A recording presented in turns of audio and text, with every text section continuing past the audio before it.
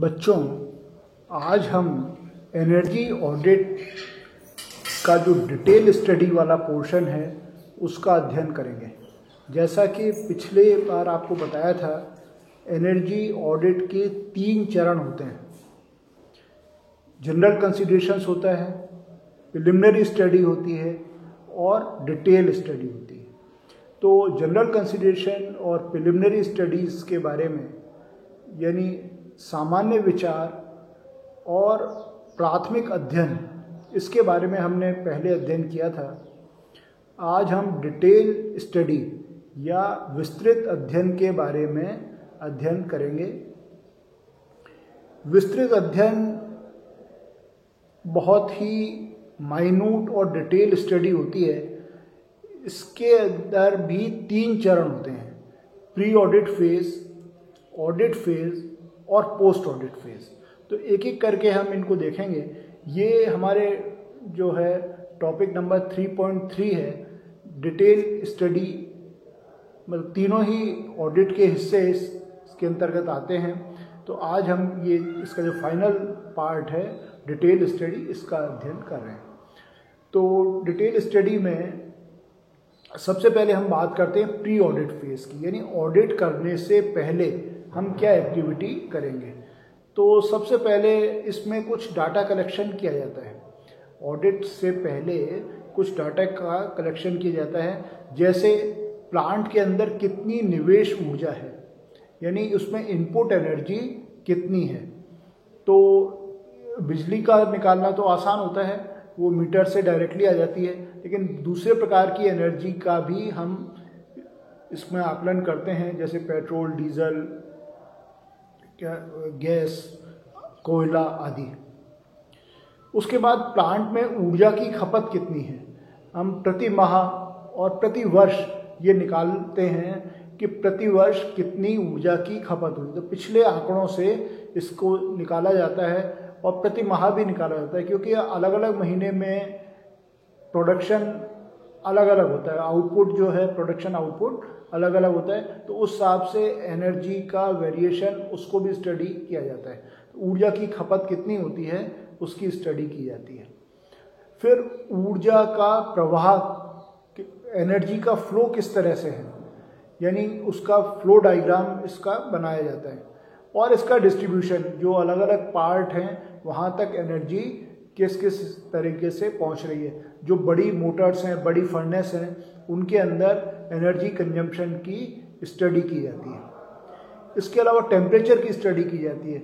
अगर मान लीजिए एटमॉस्फेरिक टेम्परेचर से अंदर का टेम्परेचर बहुत ज़्यादा है, इसका मतलब बहुत सारी हीट वहाँ पे प्रोड्यूस हो रही है, और वो हीट एक तरह से वेस्टेज का ही रूप है। तो उसका अगर टेम्परेचर राइज होगा तो उसका भी स्टडी की जाती है कि उसका टेम्परेचर कितना रहता है। उसके बाद वेस्ट हीट को कैलकुलेट करने का प्रयास किया जाता है कि वेस्ट हीट इसमें कितनी है और उसको हम कितना पार्ट उसमें रिकवर कर सकते हैं। तो ये सारे काम डिटेल स्टडी के अंदर किए जाते हैं। अब इसमें हम सबसे पहले बात करते हैं प्री ऑडिट फेज की। तो यानी ऑडिट करने से पहले हम क्या क्या काम करेंगे। ये तो हमारे जो ऑडिट करने से पहले जो हमारे काम होंगे वो होगा, सबसे पहले ऊर्जा प्रबंधन, जो ऊर्जा अंकेक्षण जो हम कर रहे हैं, जो एनर्जी ऑडिट कर रहे हैं, उसका उद्देश्य बताते हुए जो टॉप मैनेजमेंट है, जो वरिष्ठ प्रबंधन है, उससे चर्चा की जाती है सबसे पहले, क्योंकि वो जिस तरीके से परमिट करेंगे उसी प्रकार से हम ऑडिट कर पाएंगे।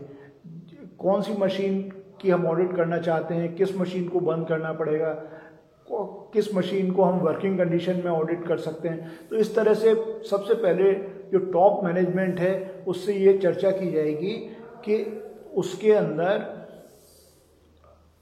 जो ऑडिट का उद्देश्य हमारा क्या है और हम उसको किस प्रकार से कार्य रूप देना चाह रहे हैं।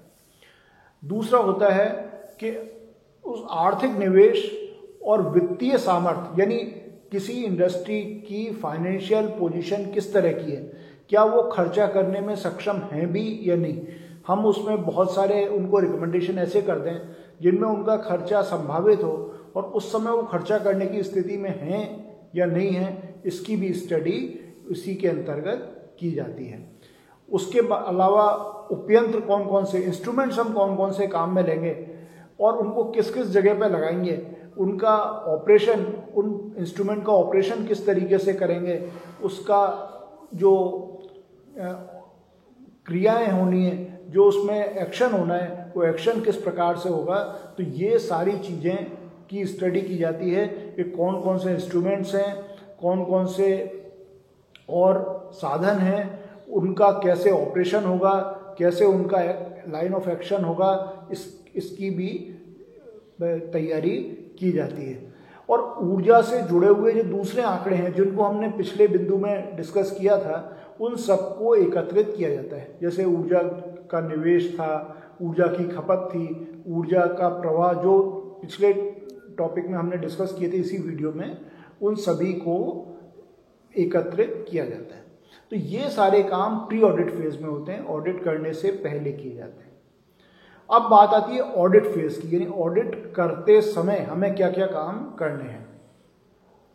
तो प्रारंभिक डाटा को एकत्रित कर प्रक्रम प्रवाह मतलब प्रोसेस फ्लो को बनाएंगे हम। प्रोसेस किस तरीके से हो रहा है, रॉ मटेरियल आया, उसके बाद उसका पहला प्रोसेस हुआ, दूसरा प्रोसेस हुआ, तीसरा प्रोसेस हुआ, जिस तरीके से रॉ मटेरियल का मूवमेंट हो रहा है और फाइनल फिनिश्ड गुड निकल रही है, तो उसको जब तक हम स्टडी नहीं करेंगे तब तक हम ऑडिट नहीं कर पाएंगे।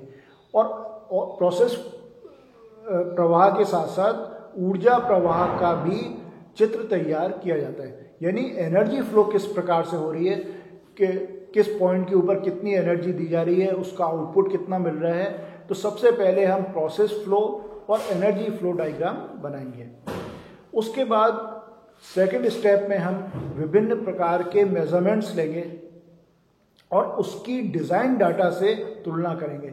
जैसे अप्लाइड वोल्टेज कितना है, मान लीजिए मोटर 400 वोल्ट के लिए डिज़ाइन है और हम मोटर को 380 वोल्ट ही मोटर तक पहुंच रहा है, तो हम ये मेजरमेंट लेंगे कि वोल्टेज कितना पहुंच रहा है, तीनों फेज में बैलेंस है या नहीं, पावर फैक्टर कितना है। तो ये विभिन्न प्रकार के मापन करके, मेजरमेंट करके और उसकी डिज़ाइन डाटा से तुलना की जाएगी। उसके बाद तीसरा बिंदु इसमें होगा कि प्रक्रम की जांच कर जो भी पावर से रिलेटेड डाटाज हैं, जैसे मैक्सिमम डिमांड है, जैसे पावर फैक्टर है या किलोवाट आवर की मॉनिटरिंग की जाती है। ये जनरली 24 घंटे 6 से 24 घंटे के बीच के समय की जाती है, जिससे कि जहाँ तक संभव हो इसको 24 घंटे की मॉनिटरिंग करनी चाहिए, जिससे हमें पता चले कि पूरे 24 घंटे के दौरान कितनी इसमें यूनिट कंज्यूम हो रही है किसी पर्टिकुलर मशीन में, क्या उसका पावर फैक्टर रहता है, क्या उसकी मैक्सिमम डिमांड रहती है। उसके बाद ऊर्जा के उपयोग का विश्लेषण किया जाता है। ऊर्जा का कितना उपयोग उसमें हो रहा है, कितना वेस्टेज हो रहा है, उस वेस्टेज को हम कितना कम कर पा रहे हैं, क्या हम एनर्जी के सोर्स को चेंज कर सकते हैं। तो इस प्रकार से ऊर्जा के उपयोग का विश्लेषण इसमें करना होता है। उसके बाद ऊर्जा संरक्षण के लिए विभिन्न बिंदुओं की पहचान की जाती है।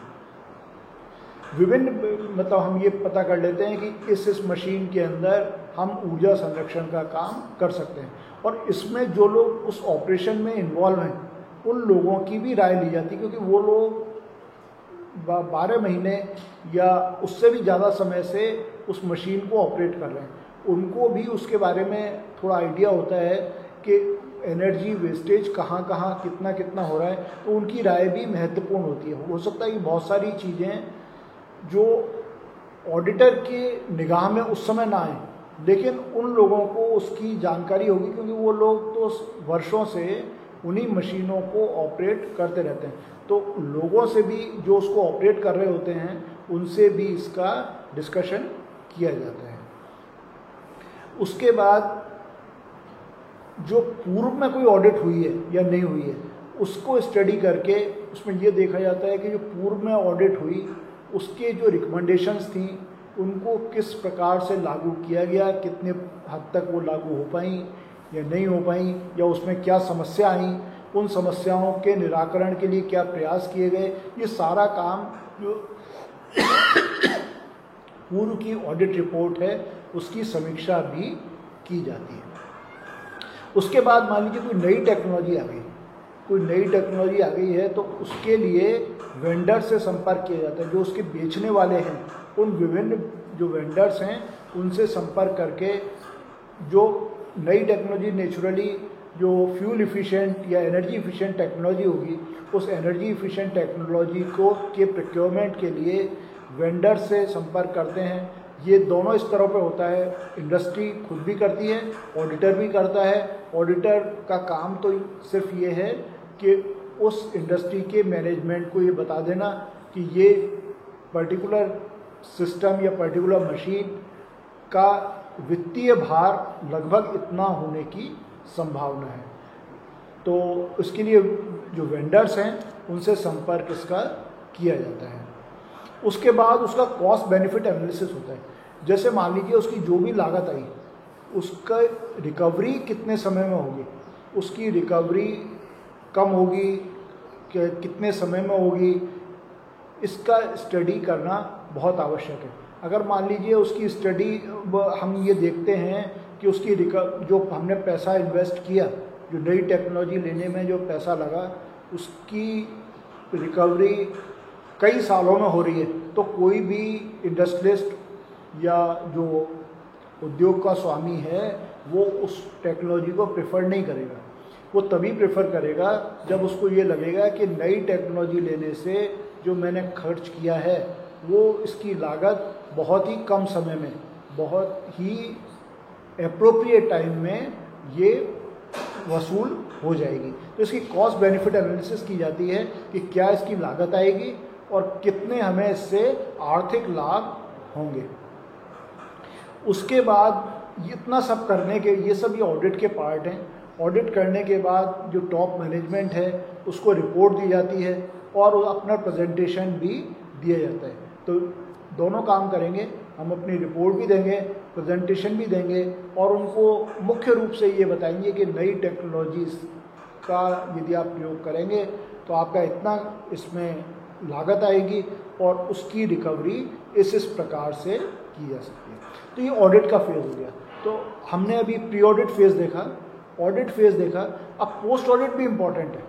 पोस्ट ऑडिट में क्या किया जाता है कि सबसे पहले तो जो रिपोर्ट है उस रिपोर्ट की स्टडी जो टॉप मैनेजमेंट है और जो उस इंडस्ट्री का एनर्जी सेविंग से जुड़ा हुआ डिपार्टमेंट है वो उसकी स्टडी करता है।